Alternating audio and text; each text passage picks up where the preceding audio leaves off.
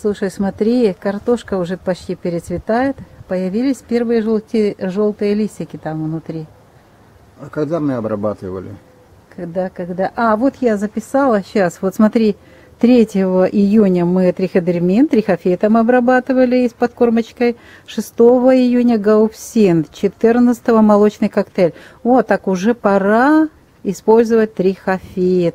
Ну что, давай расскажем тогда, мы вечером готовь технику, что мы будем сегодня, несмотря на то, что там вечером, кстати, дождь уже прекращается, и сейчас уже еле-еле там чуть-чуть падает остатки циклона.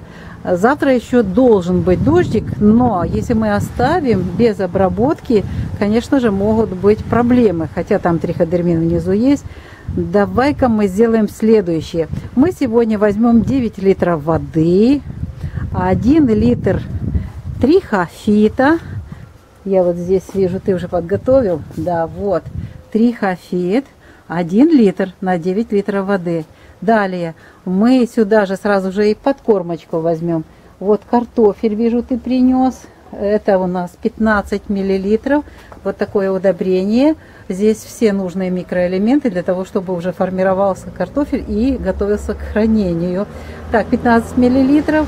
И обязательно еще нужен бор. Бор именно органический, этой фирмы, которой мы пользуемся. Замечательный тоже препарат. Это не борная кислота, а именно бор. Тоже 15 миллилитров. Получается у нас 30. Отлично. 30 миллилитров на 10 литров воды от удобрений. И обязательно, так как еще дождики будут, мы добавим тестолип.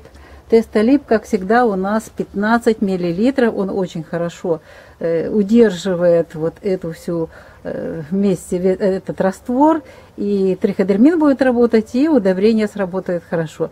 Итак, я для наших зрителей еще, кто зрительно воспринимает, смотрите, 9 литров воды, 1 литр трихофита, не жалейте. Сейчас ситуация такая, что очень сложно. У нас вот неделю идут дожди, причем даже были холодные сравнительно ночи, вот, а сейчас будет резко идти жара. И если мы так оставим без обработки, тогда одно утро проснемся, и здесь будет все коричневое. Поэтому не жалеем 9 литров воды, 1 литр трихофита или триходермина, все, что у вас есть. И далее подкормочку даем, картофельную специальную, и бор добавляем.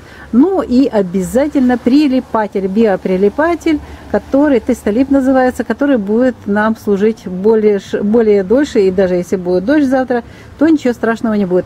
А уже через несколько дней, там уже у нас и 30-33 обещают синоптики, и уход уже циклона, там мы уже будем работать с следующим биопрепаратом, который называется гаупсин. Ну а сегодня вечером готовимся к обработке. Обработке картофеля обязательно, если есть где-то в открытом грунте и томаты, обрабатывайте томаты, огурцы обрабатывайте для того, чтобы, ну, естественно, для огурцов и томатов там другие будут подкормки. Если нет подкормок, обрабатывайте просто защитными препаратами. Очень хорошо сейчас трихофит. Фитоспорин не возьмет. Даже сильный фитоспорин не будет. Гаупсин тоже сейчас не надо. Самый такой злостный против патогенов – это триходермин. Триходерма супер. Ну что ж, мы готовимся к вечерней обработке нашего картофеля. Там есть несколько томатов, тоже их обработаем. Вам желаем тоже использовать эту информацию. Не откладывайте в долгий ящик. Даже если дожди, обязательно нужно обрабатывать и защищать наш картофель. Осталось совсем чуть-чуть. Всегда вот этого не хватает нам желания и времени работать.